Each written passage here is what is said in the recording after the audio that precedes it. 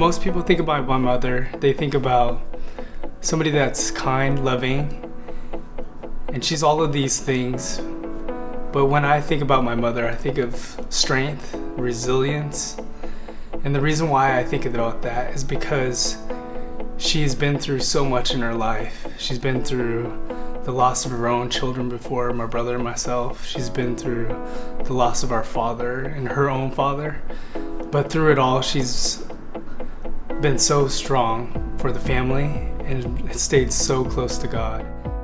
Miss Bette, or Mama Bette, is what I like to say nowadays. I come to know her 20 years ago. Her late husband, Pastor Larry Hayashida, was such an impressionist on my son, who's 26 years old now and was 5 at the time when I first met him. And I was thinking back, like, wow, I've known her for a while. Knew her from afar for a while, watching her and how she loved on her children, her husband, and just being a support to him as the assistant pastor back then. And when she lost her husband, just saw how if she wasn't strong, she appeared to be, because I could see that her love for God was still there, and I know that's what kept her. I met Bette through a matchmaking service.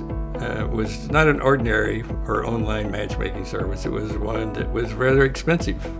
And I went that way because I knew whoever was involved was serious about matching up with someone for the long term. And I was pleasantly surprised when I met Bette, because I had gone through like 12 tries to get there. And we met at the fault line. And the moment I saw her, I said, I think this lady is the right one. By the time we finished dinner, I was positive that she was the right one. After a relatively short time, we were married, and I've been exceedingly happy ever since. For me now, I lost my mom in 2014, and I thought to myself, who would be the person that God would have over me to cover me in prayer, to encourage me, even spiritually or personally, even with my children. And I prayed and asked God, and God said, Bette would be a great choice.